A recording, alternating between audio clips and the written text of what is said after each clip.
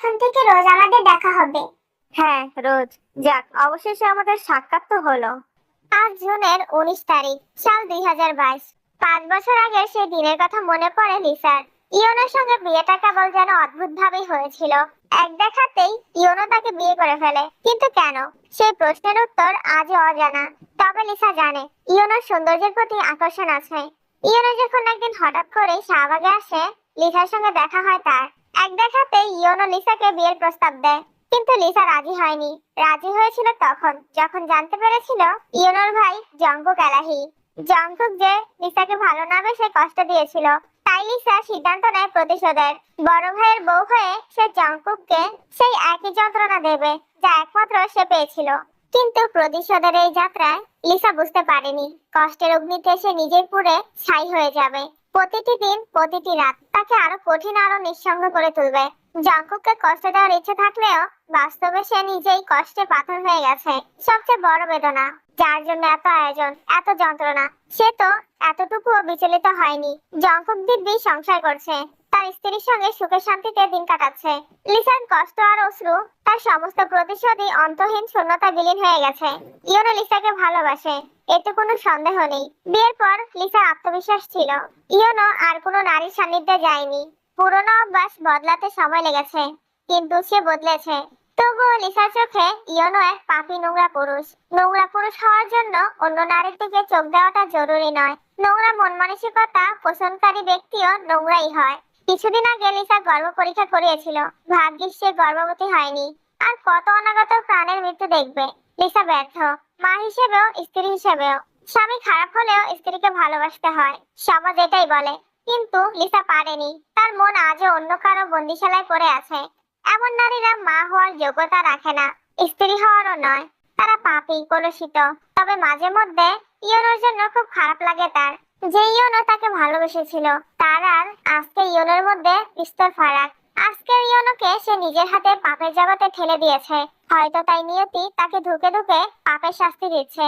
Johann উপর হয়ে শুয়ে আছে, রাতভর নেশা করে ফিরেছে। জিমিন দরজার কাছে দাঁড়িয়ে ডাকলো, এই জোহান ভাই। জিমিন, তেঁতুল জ্বালান, যা। শালা খাইবো গু গোবর, হাঁকবো কি সন্দেশ? ওসব অখাদ্য না খাইলে কি বড়লোকের বেডাগো বাথরুমের হিসাব নিকাশ ক্লিয়ার হয় না? শালা হুকুম দেয় আমারে, আর আমারে চিনে আমি কত বড় পকেট মার জানে? দাঁড়া বেডা, তোর পকেট মাইরা হাতে যদি ভিক্ষার থলি না ধরাইছি তাহলে আমার নাম জিমিন না। কি রে জঙ্কুক, এখানে ডেকে বসে রেখেছিস কেন?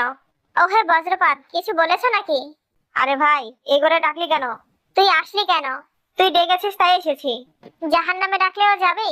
অবশ্য তুই না চাইলেও সঙ্গে করে তোকে নিয়ে যাব, কজ লাভিং করি যে তোকে। এই ভাই, ছোট লোকি কথা বলবেন না। এমনিতে স্ত্রীহীন একজন পুরুষ আমি, তার উপর ছোট লোকি ইংরেজি বলে আমার নারী বুড়ি নাড়িয়ে দেওয়ার কোনো মানে হয় না। আসছে আমার বড় লোকের ছাওয়াল নবাবী শ্যামাই। আপনার মতো এলা ছাওয়া থেকে শ্যামাই হওয়াই ভালো, অন্তত গিলে ফেললে পেটে গিয়ে শান্তি দেবে। আপনাকে তো গিলার আগে ডাস্টবিনে ফেলে দিতে হয়। তুমি বেটা সুগা বেশি কথা বলো। যাই হোক, সার্জন, তোমার কাজ হচ্ছে সার্জারি করা। তোমাকে দেশে আনা হয়েছে কেন জানো তো? হ্যাঁ।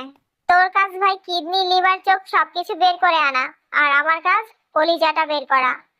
সুগার বজ্রের সাথে কথা বলা শেষ করে জঙ্কুক রুমে ফিরে এলো, আর এসে দেখে তে খাটে বসে মনোযোগ দিয়ে খবরের কাগজ পড়ছে। ইদানিং পত্রিকা আসার সঙ্গে সঙ্গেই তে নিচ থেকে তা তুলে নিয়ে আসে, তারপর সারাদিন সেটাই পড়ে কাটিয়ে দেয়। জঙ্কুক রুমে ঢোকার পরও তের দৃষ্টি কাগজের পাতায় নিবদ্ধ। আগুন সুন্দরী, একবার আমার দিকে তাকাবে? তে কোনো রকম প্রতিক্রিয়া দেখালো না, তার দৃষ্টি এখনো পত্রিকাতেই। জঙ্কুকের ভেতর অস্বস্তি আর বিরক্তি জমতে লাগলো। ধীর পায়ে এগিয়ে গিয়ে একটানে খবরের কাগজটা কেড়ে নিতেই তে চমকে উঠে বলে, আরে এভাবে নিলেন কেন? আমি তো এখনো শেষ করিনি। জঙ্কুক কাগজের ভাঁজ খুলে কিছুক্ষণ কাগজটার দিকে তাকিয়ে থেকে তারপর বলল, এসব কি দেখছিলে?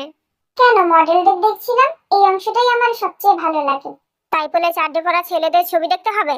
আরে ওটা তো বিজ্ঞাপন। বিজ্ঞাপন হোক আর যাই হোক, দেখার কি দরকার? তোমার যেহেতু দেখার এতই শখ ছিল, আমাকে বলতে পারতে। ওই বিজ্ঞাপনের ছেলেগুলো যা পড়ে আছে তার চেয়ে 1000 গুণ বেশি দামি জিনিস তোমার স্বামীর কাছে আছে। তুমি চাইলে এখনই ঘরের ভেতর চারটি পরে ক্যাটওয়াক করে দেখাতে পারি। ধন্যবাদ, লাগবে না। আপনি শুধু আমার পত্রিকাটা ফিরিয়ে দিন।